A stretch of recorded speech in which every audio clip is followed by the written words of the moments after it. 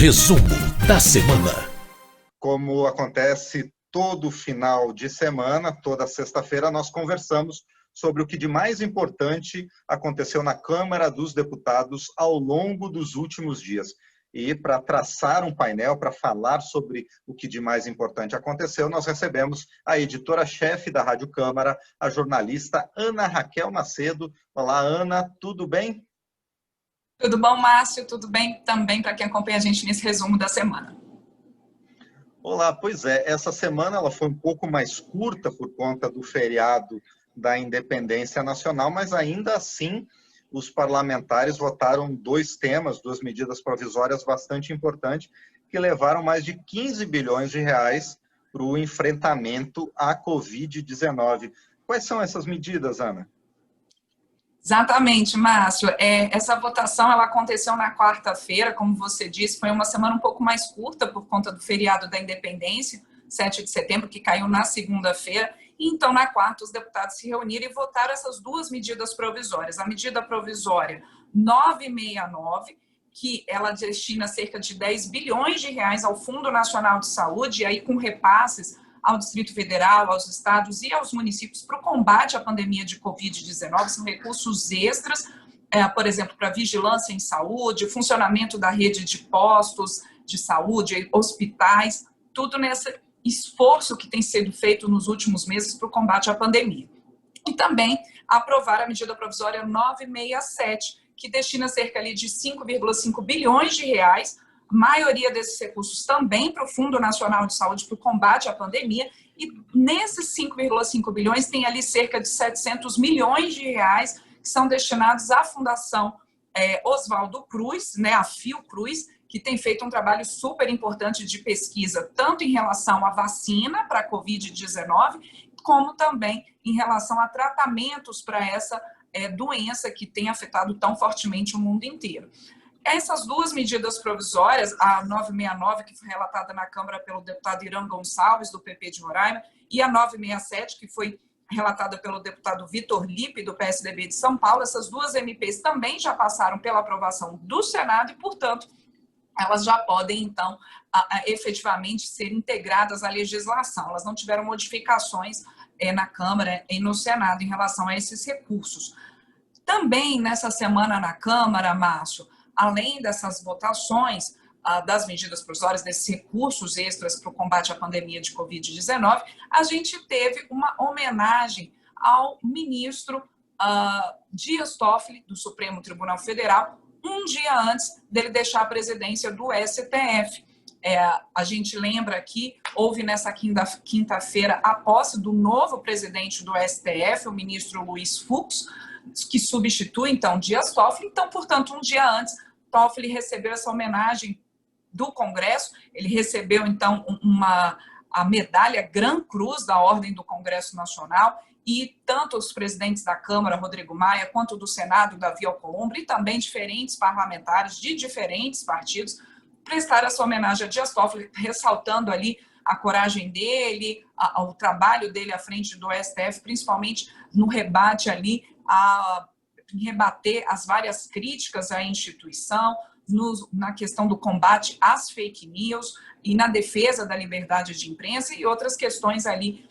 que foram destaque durante a presidência, então, do ministro Dias Toffoli à frente do Supremo Tribunal Federal. Dias Toffoli que continua ministro, mas agora não mais na presidência do STF, Márcio. Isso, a presidência agora será exercida pelo ministro Luiz Fux. E tanto o presidente do Senado quanto o presidente da Câmara, eles corroboraram esse discurso, né, do ministro Dias Toffoli em defesa das liberdades individuais, não é, Ana? Foi um momento muito importante de reafirmação da democracia brasileira, não é? Exatamente, defesa das liberdades, mas como eu tinha até colocado, da liberdade de imprensa, do combate às fake news e do respeito entre os poderes, cada um nesse momento ali falando da importância dos poderes, o legislativo, o executivo e o judiciário, a serem independentes e harmônicos entre si. E o próprio ministro Dias Toffoli colocou ali um questionamento durante essa sessão, e nessa homenagem, falando assim, bom, a quem interessa que os poderes fiquem brigando? Não interessa a ninguém, né? Não interessa a nação como um todo. O importante é realmente ter essa harmonia entre os poderes e a defesa do Estado democrático de direito e das liberdades. Pois é, e fora do plenário, fora das votações e discussões políticas, a Câmara também avançou bastante na questão de discussões a respeito do orçamento, inclusive em defesa da manutenção do orçamento da saúde para o ano que vem, né, no momento em que esperamos todos, né, saindo dessa pandemia da Covid-19, não é, Ana? Isso mesmo, Márcio. A gente lembra que a quem acompanha a gente nesse resumo da semana que o governo encaminhou no dia 31 de agosto o orçamento para análise do Congresso, o orçamento de 2021. Um orçamento que ele não tem mais aquela questão de um orçamento de guerra, como teve esse ano, em que não teve ali o cumprimento do teto de gastos, justamente para que houvesse a possibilidade de recursos extras, né, num chamado orçamento de guerra para o combate à pandemia. No ano que vem, a proposta do governo é que o orçamento não volte a ter o cumprimento do teto de gastos, volte à questão de um maior rigor fiscal e que não haja, então, esse chamado orçamento de guerra. A discussão agora é justamente essa, né, Márcio? Você tem tanto parlamentares questionando ali se haverá condições de você manter esse orçamento com tanto rigor fiscal em 2021 e outros que acham que não, que é sim importante você ter esse retorno do cumprimento do teto de gastos, principalmente, e de medidas ali de saneamento das contas públicas e de maior rigor fiscal para você promover ali um maior crescimento a partir dos próximos anos, mesmo que continue ainda um déficit nas contas públicas. Bom,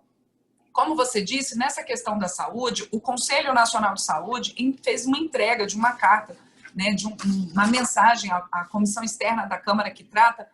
de acompanhar as ações, né, de combate à Covid-19 e pedindo exatamente isso, que haja no ano que vem a manutenção do orçamento da saúde com recursos extras, a exemplo do que aconteceu esse ano. E o argumento do Conselho Nacional de Saúde, Márcio, é de que, embora haja essa expectativa de todos, de que a pandemia ela já esteja ali em níveis mais baixos no ano que vem, que haja a possibilidade até em meados do ano que vem de uma vacina, de tratamentos mais eficazes, mas você ainda vai ter um pós-pandemia com uma previsão ainda de uma busca muito grande pelos serviços de saúde, inclusive por outras questões de saúde que não necessariamente relacionadas à pandemia. Como esse ano, muita gente ficou ali receoso de procurar um posto de saúde, de fazer uma cirurgia eletiva, outras questões de saúde como doenças crônicas, cirurgias, isso tudo pode ter um aumento muito grande no ano que vem na expectativa e na avaliação do Conselho Nacional de Saúde. Por isso, representantes do Conselho entregaram essa carta à comissão externa, que acompanha as ações de combate à pandemia de Covid-19, e o presidente da comissão, deputado Dr. Luiz Antônio Teixeira Júnior, do PP do Rio de Janeiro, disse que a comissão está acompanhando de perto essa questão do orçamento da saúde no ano que vem, para saber como que isso vai se dar realmente, e é o que você colocou, né, Márcia? Há uma discussão agora, nesse momento, já com a peça orçamentária sob análise dos parlamentares, tanto Câmara quanto Senado. Há uma expectativa aí de instalação da comissão mista de orçamento para o início dessa peça orçamentária e aí, claro, também vários setores colocando ali um receio de como é que vão ficar essas contas no ano que vem. A gente teve essa questão do Conselho Nacional de Saúde, Márcio, e teve também uma outra audiência pública nessa semana, audiência virtual, que tratou, por exemplo, da Casa de Rui Barbosa, da Fundação Casa de Rui Barbosa, em que a presidente da Fundação Casa de Rui Barbosa, Letícia Dornelles, também pediu aos parlamentares apoio e destinação de emendas parlamentares à Fundação, que é um importante museu e com muitos arquivos históricos e documentos históricos da política nacional. Então, a gente vê esse movimento se construindo, é sempre natural, né, Márcio, durante a discussão do orçamento, que diferentes setores busquem os parlamentares nesse momento de discussão do orçamento para ter mudanças, emendas parlamentares, e aí é o que já está acontecendo realmente. A gente lembra, Márcio, que essa questão do orçamento de guerra, até que eu citei aqui na saúde, por exemplo, a gente já tem nesse ano de 2020, aí a gente não está falando do orçamento de 2021, a gente já tem mais de 500 bilhões de reais destinados e executados como esse orçamento extra para combate à pandemia, né, já são mais de 70% desse orçamento de guerra executados, mais da metade, ali, pouco mais da metade, é destinado ao pagamento do auxílio emergencial de R$600, né, cerca de 254 bilhões de reais já foram autorizados para o pagamento do auxílio emergencial, mas há ali também recursos, por exemplo, 82 bilhões já executados para ajuda a micro e pequenas empresas, com recursos para capital de giro e pagamento de salários. Há ali a questão de cerca de quase 80 bilhões de reais também para estados e municípios em transferências da União para os estados e municípios, seja em compensação de diminuição da arrecadação e, portanto, diminuição dos fundos de participação de estados e municípios, seja transferência mesmo ali de recursos para o combate à pandemia. Então, tudo isso tem sido feito. Esse orçamento é um orçamento de exceção, de guerra, como se colocou, e aí agora a expectativa, né, Márcio, nas próximas semanas é saber se essa discussão em relação ao orçamento de 2021, como que ela vai se dar, se realmente vai ser mantida essa ideia, essa proposta do governo de um orçamento em 2021 com cumprimento do teto de gastos e também com mais rigor fiscal. E dentro desse contexto de insegurança a respeito dos rumos dessa pandemia de Covid-19, os deputados também retomaram outra discussão bastante importante, bastante sensível, que é a eventualidade do retorno às aulas, da reabertura das escolas. Como é que está esse tema especificamente, Ana? Pois é, Márcio, a comissão externa que acompanha as ações de combate à pandemia de Covid-19 fez uma audiência pública bastante ampla nessa semana, com muitos especialistas, tanto brasileiros quanto também representantes de outros países, para saber como é que está a experiência internacional e a expectativa também de estados, municípios em relação ao retorno às aulas. E muitos colocaram, Márcio, o seguinte, que seria um momento de se pensar realmente no retorno às aulas com protocolos rígidos de segurança para as famílias, para as crianças e para os próprios trabalhadores da educação, mas levando em conta, claro, as especificidades de cada área, de cada cidade, como é que estão os casos de Covid naquela região, né, e como que pode ser feito, então, esse retorno e de que maneira, se respeitando a segurança e a saúde das crianças, dos jovens, das famílias e dos profissionais de educação, mas também levando em consideração isso, que muitos colocaram durante essa audiência pública, Márcio, de que se os casos estiverem em declínio na região e com protocolos rígidos de segurança, que possa haver esse retorno às aulas,